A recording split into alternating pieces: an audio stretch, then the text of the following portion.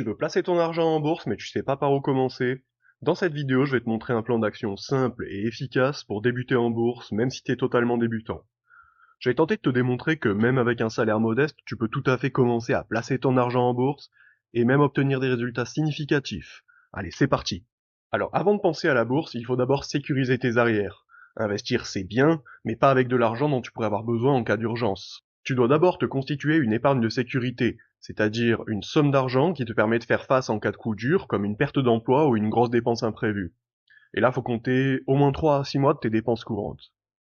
Je te conseille d'ailleurs pour commencer de prendre le temps de noter tes dépenses sur 2 à 3 mois pour faire une moyenne.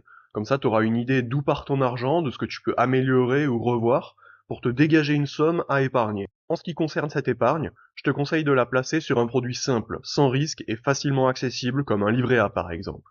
Il rémunère très peu, mais l'argent que tu mets dessus est accessible à tout moment en cas de besoin. Une fois cette épargne en place, tu peux commencer à investir avec l'esprit tranquille. Une idée reçue, c'est de croire qu'il faut des milliers d'euros pour investir en bourse. En réalité, tu peux tout à fait commencer avec des petites sommes, par exemple 50 ou 100 euros par mois. Et de toute façon, même si tes moyens sont plus conséquents, si tu débutes, tu vas sûrement faire des erreurs au début, alors il vaut mieux que tes erreurs soient faites avec des petits montants. Ça te permettra déjà de mieux te connaître, connaître ta tolérance au risque, c'est-à-dire la capacité que tu as à gérer le stress en voyant un investissement aller dans le rouge.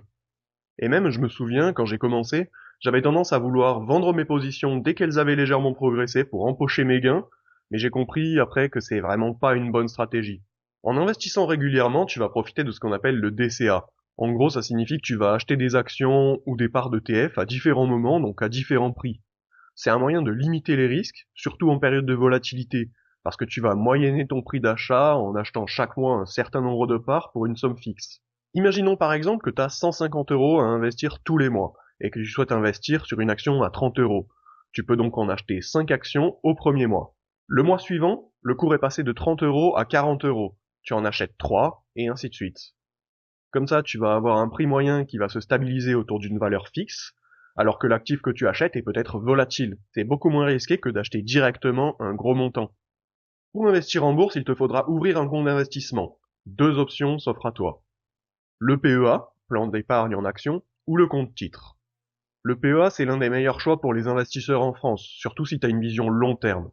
Après 5 ans de détention, les profits sont exonérés de taxes. Seules les cotisations sociales restent à payer si tu fais des retraits. En échange, un PEA ne sert qu'à investir dans des actions européennes. Tu passes donc à côté du marché US. Dis-moi en commentaire si tu veux plus de précisions sur la fiscalité du PEA. Le compte titre, quant à lui, est plus flexible, mais il n'offre pas les mêmes avantages fiscaux que le PEA. Par contre, il permet d'investir dans le monde entier. Donc à toi de voir, mais concrètement, rien n'empêche d'ouvrir un PEA et en parallèle un compte titre. Investir dans des actions individuelles, c'est risqué, surtout quand on débute. Ce qui est conseillé, c'est de commencer avec des produits financiers qu'on appelle les ETF. Un ETF, c'est un panier d'actions qui réplique la performance d'un indice de marché, comme le CAC 40. L'avantage, c'est que tu investis dans toutes les entreprises qui composent le CAC 40 en une seule fois, donc tu réduis grandement ton risque. Si une entreprise qui compose l'indice fait faillite, elle est remplacée par une autre qui performe mieux, elle est donc automatiquement éliminée et remplacée dans ton ETF sans que tu n'aies rien à faire. T'es donc toujours investi sur les 40 meilleurs. En faisant ça, tu t'assures de profiter de la croissance générale des marchés avec un minimum de risque. Quand tu investis, les frais peuvent vite grignoter tes gains. C'est pourquoi il est important de choisir un courtier en ligne avec des frais réduits. Certains courtiers offrent des frais de transaction très bas.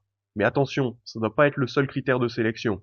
Il faut aussi que la plateforme te paraisse claire et intuitive. Beaucoup de courtiers proposent d'ouvrir un compte de démonstration pour permettre de se faire une idée de leur service avant de s'engager.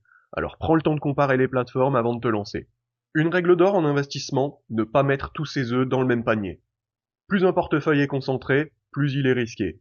En choisissant d'investir dans les ETF, comme on l'a vu avant, tu diversifies déjà, mais tu peux aller plus loin en investissant dans différentes régions du monde, en Europe, aux USA ou même en Asie.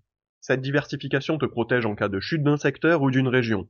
Alors bien sûr, quand tu commences, ton portefeuille comporte que quelques lignes, et ne peut pas être aussi diversifié qu'un portefeuille plus important, mais c'est important de garder ça en tête pour la suite. Investir en bourse, c'est un jeu à long terme. Ne te laisse pas déstabiliser par les fluctuations du marché. Si tu investis de manière régulière et que tu diversifies tes placements, tu vas pouvoir lisser ton risque et potentiellement obtenir des rendements sur le long terme. La bourse, ça monte, ça descend, mais historiquement, elle a toujours offert de bons rendements sur des périodes de 10, 20 ou voire 30 ans. La tendance générale des indices boursiers est à la hausse parce que grossir, c'est dans la nature des entreprises qui les composent. Par un mécanisme darwinien, ceux qui ne grandissent plus sont peu à peu éliminés de la course et remplacés par d'autres plus performants. C'est une sorte de sélection naturelle. Plus tu restes investi longtemps sur les marchés, plus ta probabilité de ressortir gagnant augmente. Mais attention, investir comporte évidemment toujours des risques. Maintenant, on va aborder un petit peu le sujet des intérêts composés. Alors, qu'est-ce que c'est les intérêts composés? En fait, c'est super simple. C'est quand tu mets de l'argent quelque part et qu'en plus de gagner des intérêts sur ce que tu as mis au début, tu gagnes aussi des intérêts sur les intérêts que tu as déjà gagnés. C'est comme si ton argent bossait pour toi, puis les intérêts se mettent à bosser aussi. Alors comment ça marche? Imagine que tu places 100 euros et que ça te rapporte des intérêts chaque année. Si c'est des intérêts composés, chaque année tu gagnes les intérêts sur tout ce que tu as déjà. Ton capital de départ plus les intérêts accumulés. Donc ça grossit de plus en plus à chaque fois. Si tu laisses ton argent suffisamment longtemps, ça devient un peu comme une boule de neige qui dévale une pente. Au début, elle est petite et ça prend du temps pour grossir, mais à un moment, ça explose et ça devient énorme. C'est pour ça qu'on dit que les intérêts composés peuvent te rapporter beaucoup si tu es patient et que tu laisses le temps faire son travail. En gros, les intérêts composés, c'est une manière hyper efficace de faire fructifier ton argent sur le long terme. Plus les intérêts sont ajoutés fréquemment, genre chaque mois ou chaque trimestre, et plus tu laisses ton argent investi longtemps, plus tu gagnes. C'est vraiment un truc à connaître si tu veux faire travailler ton argent pour toi. Voilà, t'as maintenant un plan d'action simple pour commencer à investir en bourse avec un petit budget et une idée des concepts de base de l'investissement. Alors n'oublie pas les étapes clés, constitue une épargne de sécurité, commence petit, investis régulièrement et surtout, pense à long terme. Si cette vidéo t'a été utile, abonne-toi, lâche un gros pouce en l'air et dis-moi dans les commentaires quelles questions tu te poses sur l'investissement. Ça pourrait faire l'objet d'une prochaine vidéo. Merci d'avoir regardé et à bientôt pour de nouvelles vidéos. Allez, salut!